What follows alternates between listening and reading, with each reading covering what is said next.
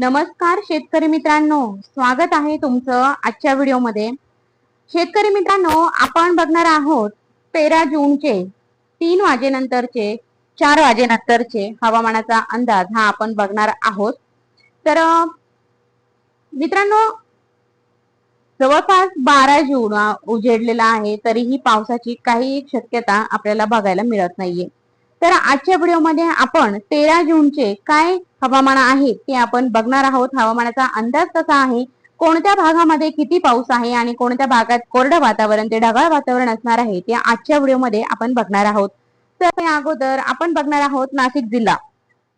नाशिक जिल्ह्यामध्ये जर तुम्ही बघितलं तर 13 जूनला सुद्धा म्हणजे शनिवारी सुद्धा पूर्णपणे कोरडं वातावरण बघायला मिळतंय। तुम्ही बघू शकता नाशिकमध्ये दिंडोरी, पेठ, त्र्यंबक, घोटी, त्याचबरोबर सिन्नर, संगमनेर मध्ये जर असं ढगाळ वातावरण असू शकतं। संगमनेर, निफाड, मनमाड, येवल्यामध्ये ढगाळ वातावरण आहे। हलक्याच्या मध्यम स्वरूपाचा सुद्धा पाऊस होणार नाहीये, फक्त ढगाळ वातावरण राहू शकतं। मालेगाव, सटाणा, नामपूर, साक्री, पिंपळनेर, त्याचबरोबर नवापूर। तर या ठिकाणी सुद्धा जर आपण बघितलं तर दिंडोरी पाऊस पूर्णपणे आपल्याला कोरडा बघायला मिळतोय। तर निफाड तालुक्यामध्ये कुठे कुठे पाऊस दिसतो की नाही ते आपण बघणार आहोत। तर खुद्द निफाड मध्ये सुद्धा पूर्णपणे कोरडं वातावरण आहे। भेंडाळीला सुद्धा पूर्णपणे कोरडं वातावरण आहे। त्याचबरोबर लासलगावला सुद्धा वातावरण हे पूर्णपणे कोरडं आहे। परसुलला सुद्धा वातावरण पूर्णपणे कोरडं आहे। तर त्याचबरोबर नैताळे, विंचूर, लासलगाव, देवगाव, इकडे जर बघितलं तर निमगाव, सिन्नर, बोरेगाव, पिंपरी, मुसळगाव, सिन्नर, त्याचबरोबर चिंचोली, भेंडाळी, सायखेडे, कोठुरे, लाखलगाव, ओझर, मोहडी, पिंपळगाव, बसवंत, जोपूळ, दिंडोरी, त्याचबरोबर वणी, खेरवाडी, धोडंबे, अशाच चांदवड, देवळा, लोणारे, सटाणा। तर हा जो भाग आहे नाशिकचा, तर नाशिकच्या या भागामध्ये पूर्णपणे वातावरण कोरडं आहे। म्हणजे नाशिक जिल्हा जर तुम्ही बघितला तर पूर्णतः आपल्याला नाशिक जिल्हा हा कोरडा बघायला मिळतोय। तर आता त्याचबरोबर आपण बघणार आहोत अहिल्यानगर।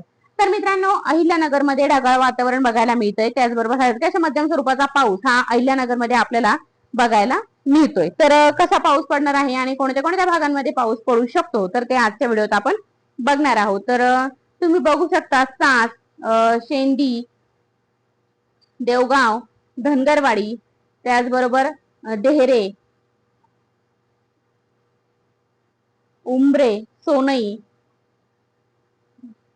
राहुरी, मुसळवाडी, केंदल, बिके, त्याचबरोबर देवळाली, प्रवरा। आता या ठिकाणी जे आहे तर या ठिकाणी ढगाळ वातावरण तुम्हाला बघायला मिळणार आहे।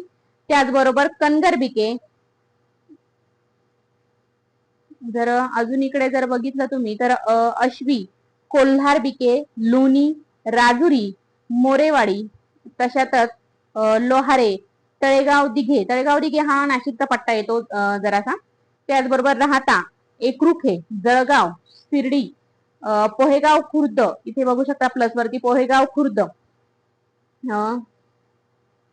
त्याचबरोबर लाखगंगा, चांगदेवनगर, जळगाव, ब्राह्मणगाव, श्रामपूर, खोकर, टाकळी भान, कमालपूर, कान्हा, त्याचबरोबर खानपूर, जाफराबाद, नादी, टेंभी, त्याचबरोबर म्हस्की, भौर, भोजडे, आपेगाव। आता हे वैजापूर, आपेगाव जो आपण म्हणतोय तरी हे आलं छत्रपती संभाजीनगरचा भाग आला। तर इकडे सुद्धा तुम्ही बघू शकता। तर आपल्याला जेवढे आपण अहिल्यानगर मधील हा जो भाग बघितला तर हा पूर्णतः कोरडा भाग आहे। नॉर्मल असं ढगाळ वातावरण हे आपल्याला बघायला मिळतंय। तर आता अजून जर बघायचं जर ठरलं तर आपण बघणार आहोत पुण्याचा भाग। तर पुणे या ठिकाणी हलक्याच्या मध्यम स्वरूपाचा पाऊस आपल्याला दाखवला जातो। हलक्याच्या मध्यम स्वरूपाचा पाऊस हा पडू शकतो। कोणत्या कोणत्या भागात पडू शकतो पुण्याच्या तर आपण तेही बघणार आहोत। तर तुम्ही जर बघू शकता तर पुणे, खडकी, पिंपरी चिंचवड, आळंदी, त्याचबरोबर वाघोली, थेऊर, थेऊर फाटा, परसुंगी, होलकरवाडी,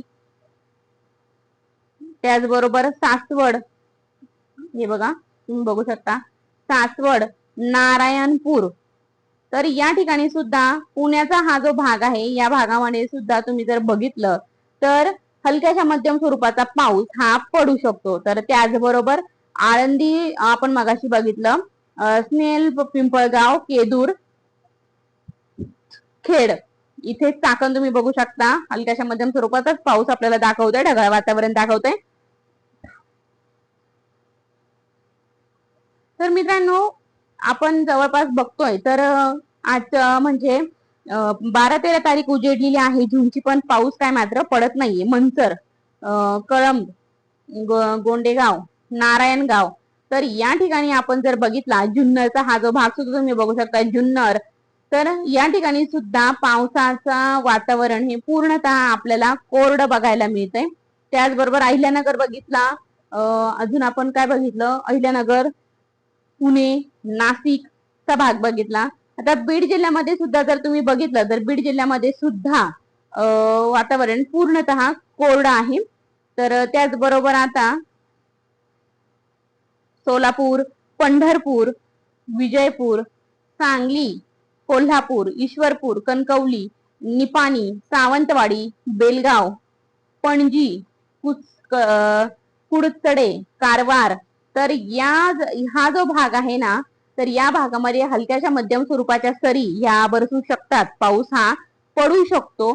तर मित्रांनो आपण जर बघितलं तर अशा प्रकारे आपण बघितलंय की पाऊस हा पूर्णपणे कोरडा आहे. महाराष्ट्रातील नाशिक जिल्हा, पुणे जिल्हा, त्याचबरोबर अहिल्यानगर मधील सुद्धा तुरळक ठिकाणी थोडासा हलक्याशा मध्यम स्वरूपाचा पाऊस हा पडू शकतो. तर मित्रांनो आजच्या व्हिडिओमध्ये आपण बघितलेलं आहे की हे जे भाग आहे तर या भागांमध्ये आपण बऱ्यापैकी बघितलं तर तिथे काही आपल्याला पाऊस हा बघायला मिळालेला नाही. त्याचबरोबर अमरावती, जळगाव, जालना, नांदेड, सोलापूर, सांगली या ठिकाणी सुद्धा, नंदुरबार या ठिकाणी सुद्धा पूर्णतः कोरडं वातावरण हे आपल्याला बघायला मिळत असेल. त्याचबरोबर नलदुर्ग, बार्शी, लातूर, धाराशिव या ठिकाणी सुद्धा पूर्णपणे वातावरण कोरडं बघायला मिळतंय. आता छत्रपती संभाजीनगरचा सुद्धा जर तुम्ही भाग बघितला तर छत्रपती संभाजीनगर या ठिकाणी सुद्धा म्हणजे पूर्णपणे वातावरण आपल्याला कोरडं बघायला मिळतंय. तर अशा प्रकारे मित्रांनो आपण आजच्या व्हिडिओमध्ये बघितलेलं आहे की वातावरण हे पूर्णतः कोरडं आहे, पावसाचा कोणताही इशारा आपल्याला बघायला मिळत नाही. जर मित्रांनो तुम्ही माझ्या चॅनलवरती नवीन असाल आणि तुम्ही कोणत्या भागातून माझे हे व्हिडिओ बघता मला कमेंट मध्ये नक्की सांगा आणि नक्कीच तुम्ही तुमच्या या चॅनलला नक्की सबस्क्राईब करा, कारण की रोजचे जे व्हिडिओचे अपडेट्स आहे, हवामानाचा जो अपडेट्स आहे, कोणत्या भागामध्ये पाऊस असू शकतो हे मी माझ्या चॅनलवरती नक्की सांगत असते. तुम्हाला तुमच्या चॅनलवरती नक्कीच जाणवेल किंवा नक्कीच तुम्हाला बघायला मिळेल माझ्या ह्या चॅनलवरती.